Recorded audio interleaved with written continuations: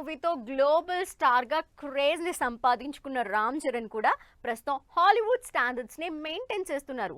Charan upcoming movies Hollywood range production values తో నిర్మించబోతున్నట్టు తెలుస్తోంది. Game changer మూవీతో కాస్త డీలా పడినా రాబోయే సినిమాల విషయంలో మాత్రం లెక్క తప్పకూడదని గట్టిగానే టార్గెట్ పెట్టుకున్నారట.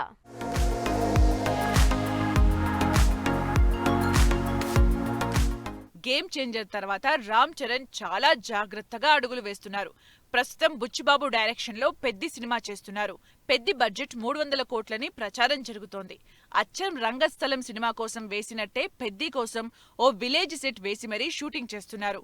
మాస్ ఆడియన్స్ మతిపోగొట్టేలా పెద్దిలో యాక్షన్ సన్నివేశాలు అదిరిపోతాయంటున్నారు. సినిమా హాలీవుడ్ లో విడుదల కాకపోయినా సరే మనోళ్ల మేకింగ్ మాత్రం హాలీవుడ్ స్థాయిలోనే ఉంటుంది.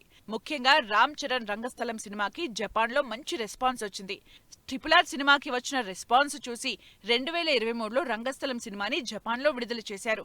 ఆశ్చర్యంగా జపాన్ లో RRR, KGF first day collections ని బీట్ చేసింది రంగస్థలం. ఇలా భాషలతో సంబంధం లేకుండా అలరిస్తున్నాయి రామ్ చరణ్ సినిమాలు.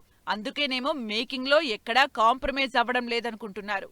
ఇక రామ్ చరణ్ చేయబోయే అప్కమింగ్ సినిమాల లిస్టు కూడా చాలా ఇంట్రెస్టింగ్ గానే ఉంది. చరణ్ చేతిలో భారీ ప్రాజెక్టులే ఉన్నాయి. పుష్ప 2 లాంటి సినిమా తర్వాత సుకుమార్ చరణ్ తో సినిమా చేయబోతున్నారు. గతంలో ఇద్దరి కాంబినేషన్లో వచ్చిన రంగస్థలం రికార్డులు సృష్టించింది. అందుకే ఈసారి అంతకు మించే ప్లాన్ చేస్తున్నారట.